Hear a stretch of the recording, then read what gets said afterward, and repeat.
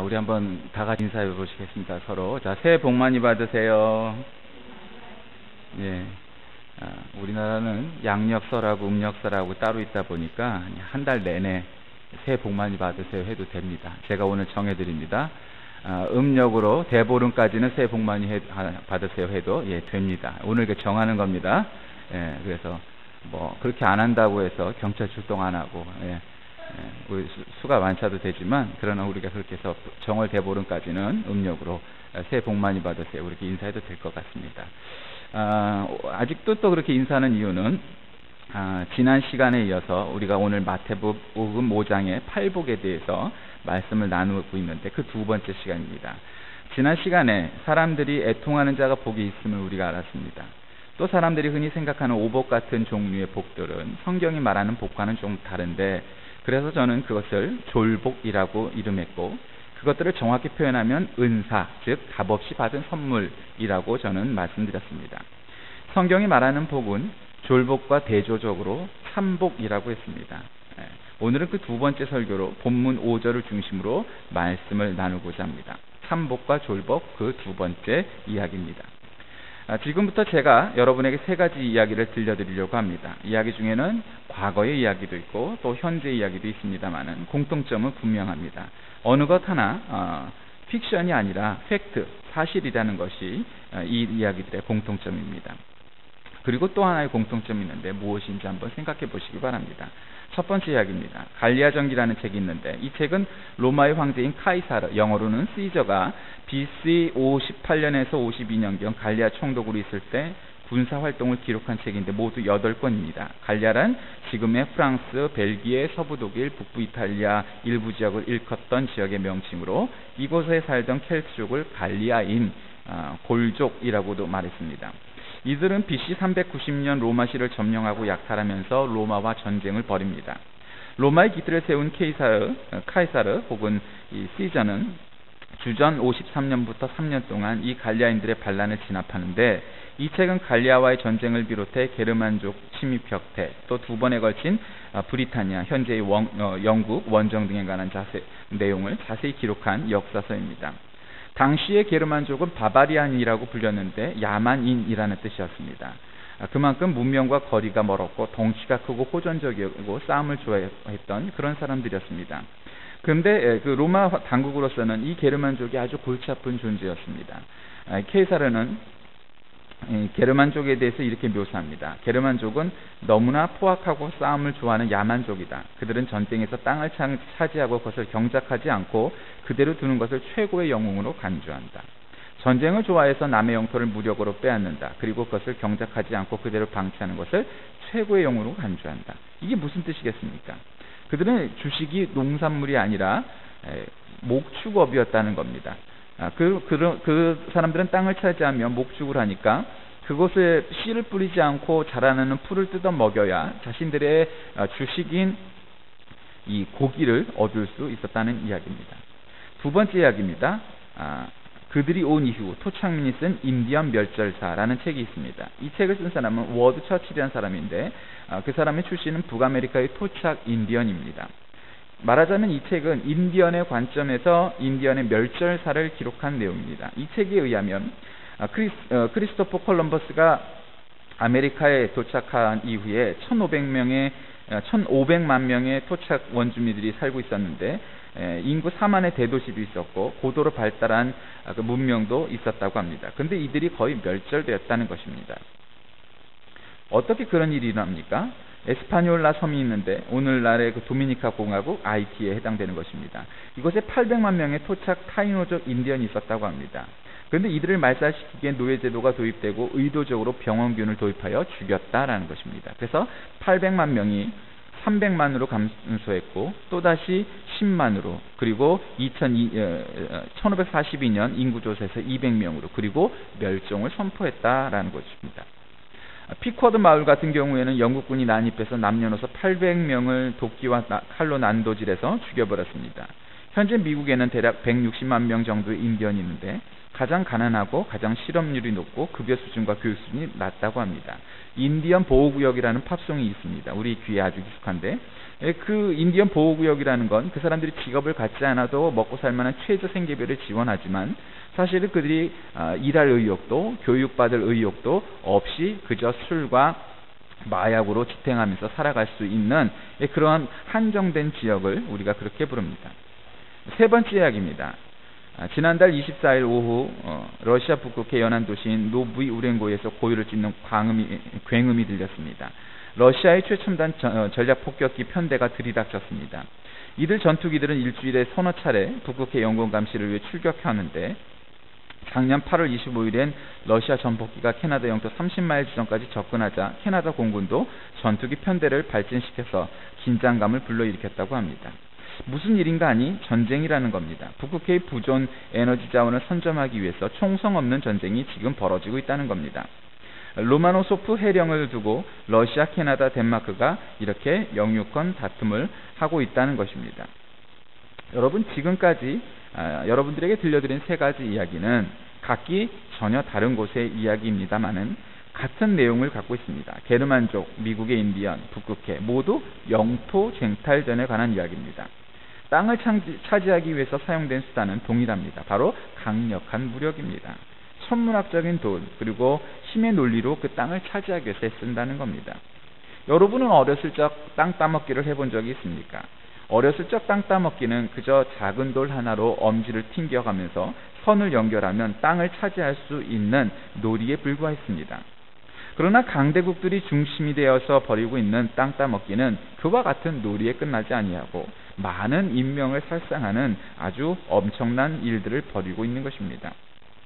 오늘날 벌어지고 있는 전쟁들은 땅을 차지하기 위한 그 땅에서 벌어지고 있는 자원 그리고 많은 부산물들을 얻기 위한 것입니다. 오늘날도 전쟁이 일어나고 있는 이유 중에 하나가 석유와 같은 부존 자원을 차지하기 위한 것 아닙니까? 미국이 왜 이라크를 계속 점령하고 또 아프가니스탄 세계 곳곳에 미군을 파송해서 보내고 있습니까? 바로 그들의 이익, 즉 석유와 같은 부존 자원, 정치적인 이해관계에 의해서 그 땅들을 관리해야 될 필요가 있기 때문입니다. 영국의 역사학자 아놀드 토인비가 역사를 정의할 때 이런 말을 했습니다. 역사란 도전과 응전이다. 도전하려면 힘이 있어야 합니다. 단지 신채호 선생도 역사에 대해 아와 비아의 투쟁이다 라고 말했습니다. 나와 나 아닌 것 사이의 투쟁에서 바로 그와 같은 일들이 일어납니다. 이런 상식에서 오늘 본문을 보면 이해가 되지 않습니다. 아니, 온유한 사람이 땅을 기업으로 받는다. 여러분, 세상은 그와 같은 논리가 벌어지지 않습니다. 힘이 있어야 이 세상의 권력과 이 세상의 출세를 할 수 있는 것이고 힘이 있어야 약한 사람을 물리치고 그것을 차지할 수 있기 때문입니다. 요즘 신문과 방송에서 보도되고 있는 뉴스 가운데 대기업의 이 소규모 사업들, 가난하고 영세상인들의 상권을 보호하기 위해서 그런 업종을 차지하지 말고 벗어나라 하는 그런 일을 대통령도 얘기했고 신문과 방송에서 계속 그렇게 보도해야 됩니다. 왜 그렇게 대기업들이 소규모 사업장들을 노리고 있습니까? 그것이 돈이 되기 때문입니다. 옛날에는 평생 대학 졸업하고 일하던 직장에서 은퇴를 하면 할 일이 있었습니다. 구멍가게 해도 됐고요, 세탁소 해도 됐고요, 닭집 해도 됐고요, 뭐 이런저런 개인 사업을 해도 먹고 살 수 있었습니다. 그런데 오늘날 40대 중반, 50대 중반에 은퇴하고 나면 그와 같은 일들 할 수 없습니다. 왜냐하면 대기업들이 그런 일들에 도전하고 진출해서 프랜차이즈 사업을 일으켰기 때문에 웬만큼 잘하지 않고는 그런 개인 사업들이 성공할 수 없는 시대가 되었습니다. 그러니 여러분이 잘 아시는 것처럼 오늘 읽은 본문 말씀인 이 마태복음 5장의 산상수훈 혹은 산상설교는 우리에게 오복 이상의 즉 팔복에 대하여 말씀하시는 내용인데 이것은 이 듣던 시기에 신바벨로니아계 유다가 멸망당한 이후 단 한 번도 독립을 쟁취해 본 적이 없는 약소국가였던 팔레스틴 즉 이스라엘의 그러한 시대적인 정신을 고스란히 내포하고 있는 내용입니다. 즉 그들은 오랜 기간 동안 독립하지 못하고 민주적인 자주적인 정부를 세우지 못한 그런 상태에서 늘 하나님께서 보내주실 메시아가 이 땅에 오면 그가 우리나라를 해방시키시고 우리를 독립국가로 새로운 강한 왕국으로 만들어 주실 것이다. 이러한 소망을 갖고 있던 상황이었습니다. 그런데 그들에게 오히려 힘을 길러라, 부국 강병하자, 북한처럼 그런 논리를 펴은 게 아니고 오히려 온유한 자가 땅을 기업으로 받을 것이다 라는 예수님의 설교의 말씀, 그것이 사람들에게 직접 와 닿겠느냐? 그렇지 않았을 겁니다. 온유한 자가 복이 있나니 저희가 땅을 기업으로 받을 것이다. 아니, 어떻게 온유한 자가 땅을 얻을 수 있겠습니까? 확실히 우리 상식으로 보면 말이 안 되는 이야기입니다. 온유란 국어사전에서 찾아보면 온화하고 부드러움이라고 되어 있습니다.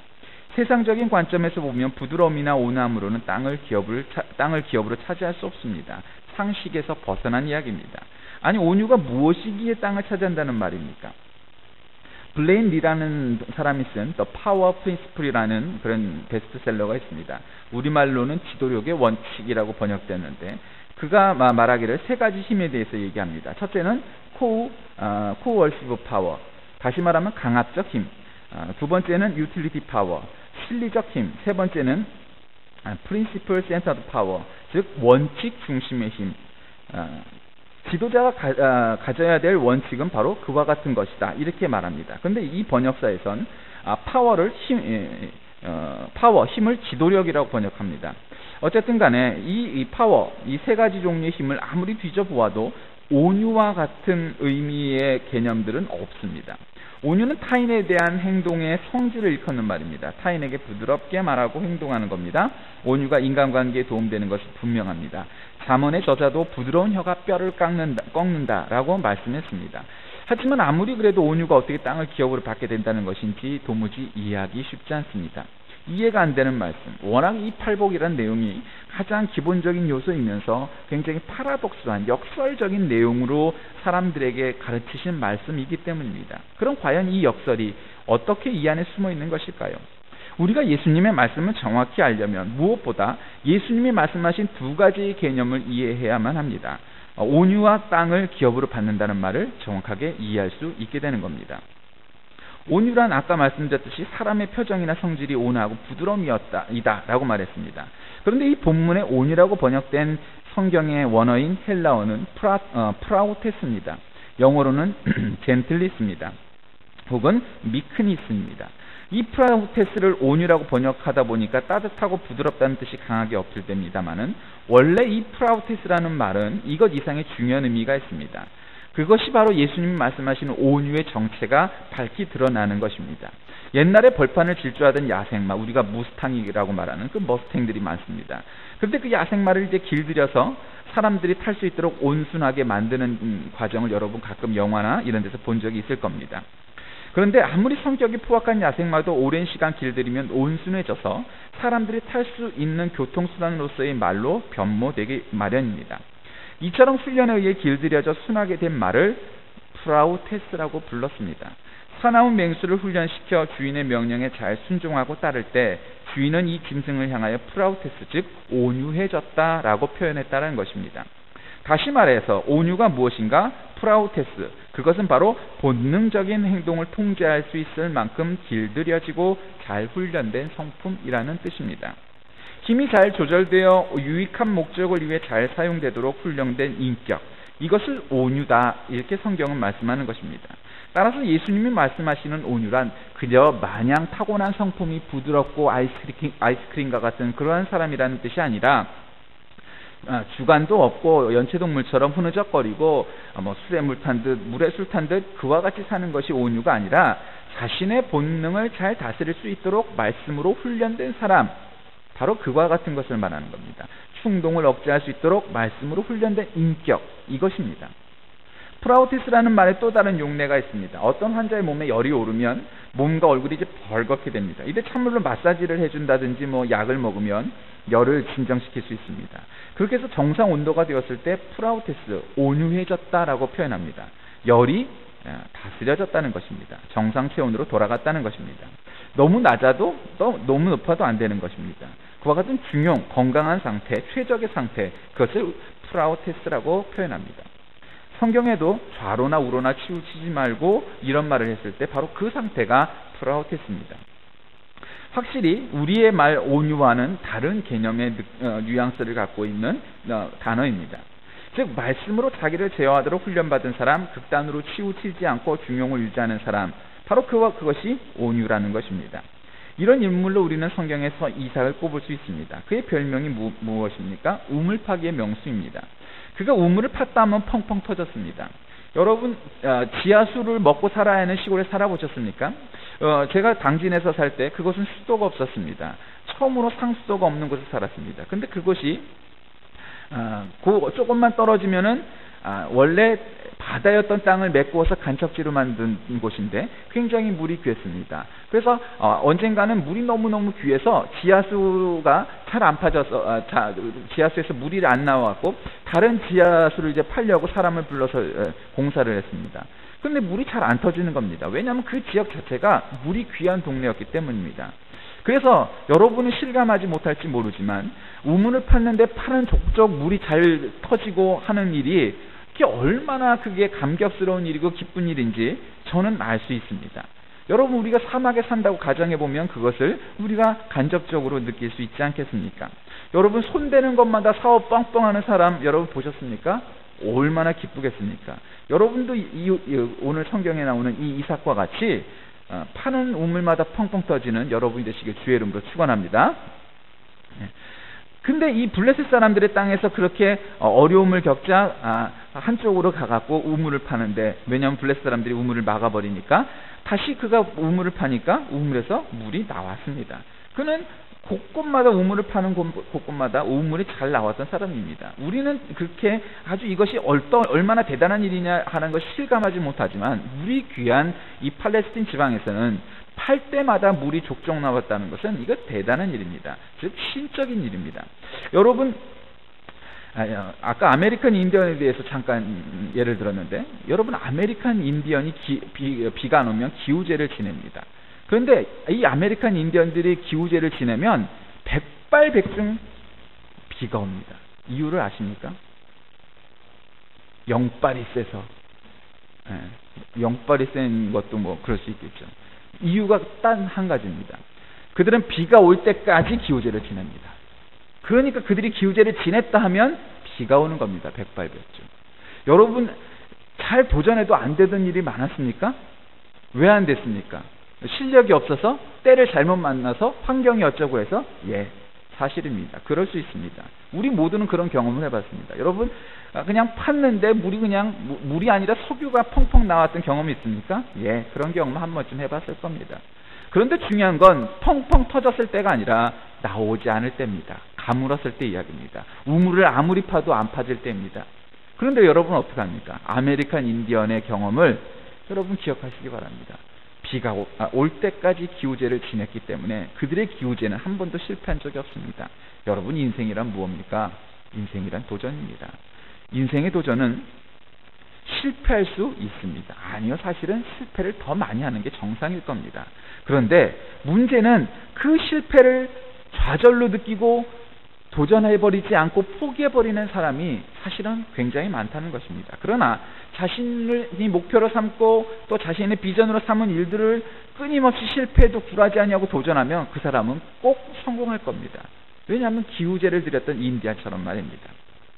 여러분 온유한 사람은 생각과 행동이 겸손한 사람입니다. 우리 주님을 보십시오. 나는 마음이 온유하고 겸손하다 이렇게 스스로 칭하셨습니다. 그렇다고 온유하다고 해서 모든 사람들한테 그냥 모든 일에 대하여 그냥 예스만 하는 게 아닙니다. 예수님께서 성전에 들어가셨을 때 그 성전에서 장사를 하느라고 똥냄새, 동물냄새 풀풀 끼고 장사를 하는 그 사람들을 향하여 채찍을 휘두르시고 장사꾼들과 상가 의자를 불러 엎으셨습니다. 얼굴 가득 아주 화가 나셔서 아주 화를 내셨죠. 거룩한 분노입니다. 여러분 자기를 위한 분노가 아니라 정의를 위한, 하나님을 위한 공적인 일을 위한 바로 그러한 거룩한 분노였습니다. 이것은 온유한 사람의 마땅히 가져야 될 부분입니다. 그런데 이렇게 온유한 사람이 받을 복이 무엇이라고 성경은 말합니까? 놀랍게도 땅을 기업으로 받는다는 겁니다. 기업이란 건 뭡니까? 우리 현대어로 표현하면 유산이라는 겁니다. 기업으로 받을 것이라는 말, 유산으로 받는다, 상속받는다는 겁니다. 여러분, 땅을 차지한다 이렇게 번역하고 있는데 별로 바람직한 번역이 아닙니다.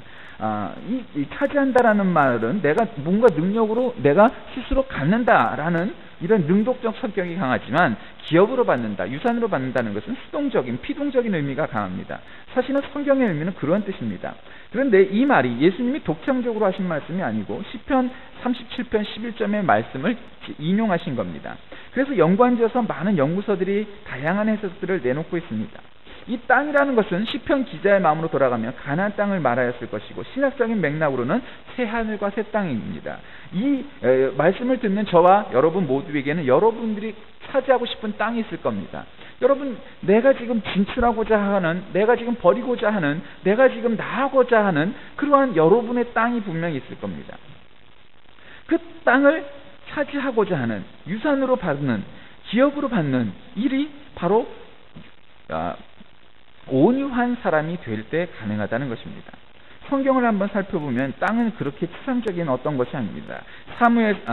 사무엘하 22장 36절 말씀에 주께서 주의 구원의 방패를 내게 주사 주의 온유함이 나를 크게 하였나이다. 내 걸음을 넓게 하셨고 나로 실족치 않게 하였나이다 말씀합니다.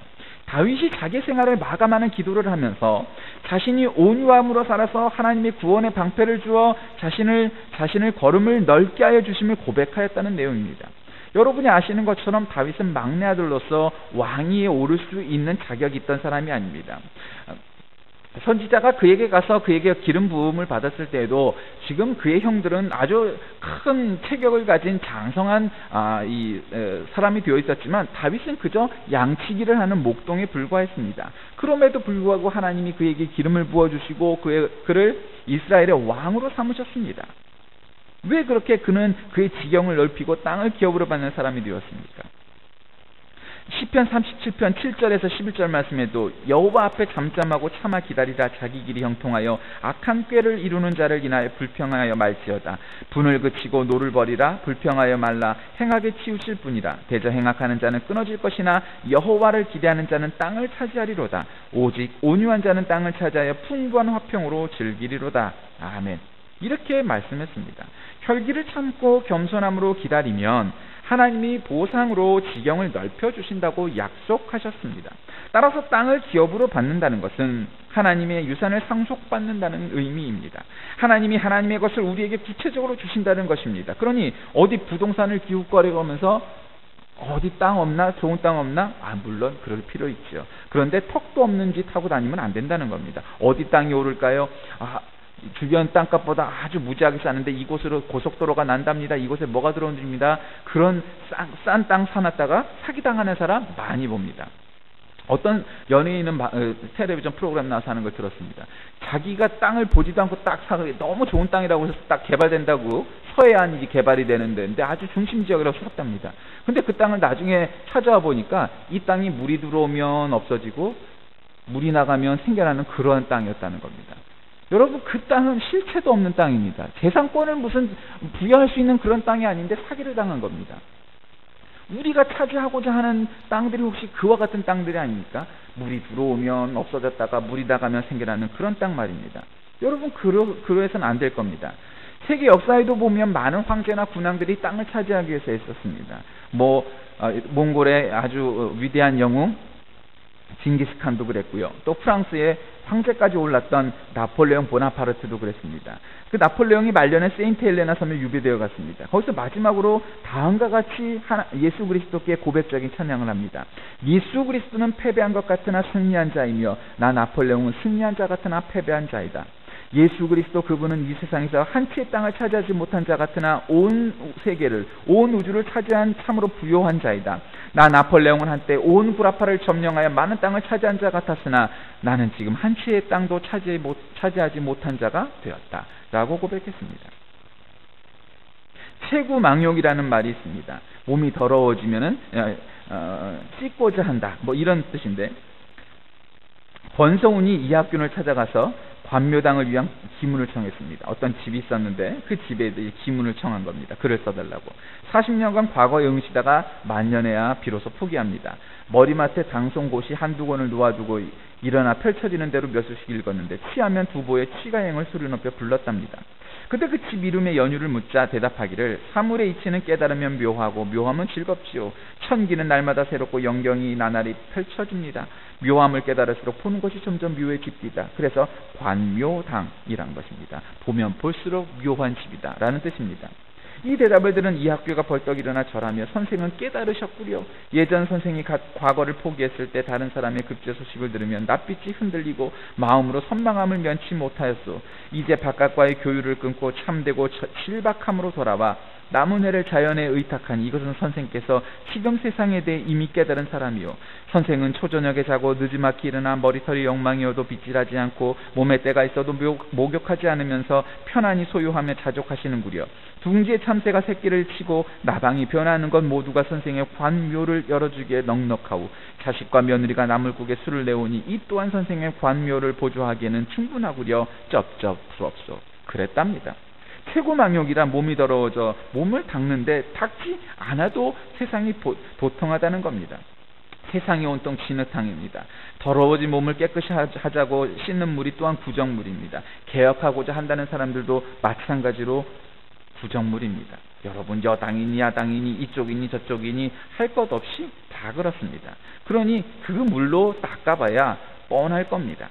탈무드에는 이런 이야기가 또한 나옵니다. 어느 지방에 아주 큰 규모의 농장이 있었는데 그 주인은 예루살렘 근방에서는 아주 자산에 힘쓰는 농군으로 존경받았습니다. 매년 랍비들이 그 농장 주인을 찾아가면 랍비들에게 아끼지 않고 수하게 대접했답니다.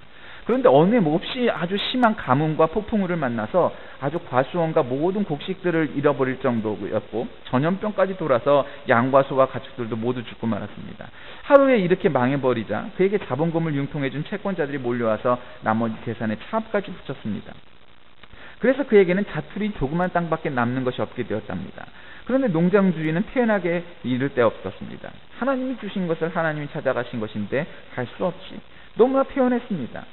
농장 주인이 망해버린 그 해에도 랍비들이 찾아왔습니다. 그 주인을 위로합니다. 그때 이 주인의 아내는 남편에게 여보, 우리 부부는 해마다 랍비님들을 통해서 학교를 세우거나 시나고그 예배소의 유지 비용을 내놓았습니다. 그리고 가난한 사람들에게도 노인들에게도 과부에게도 많은 돈을 내놓았습니다.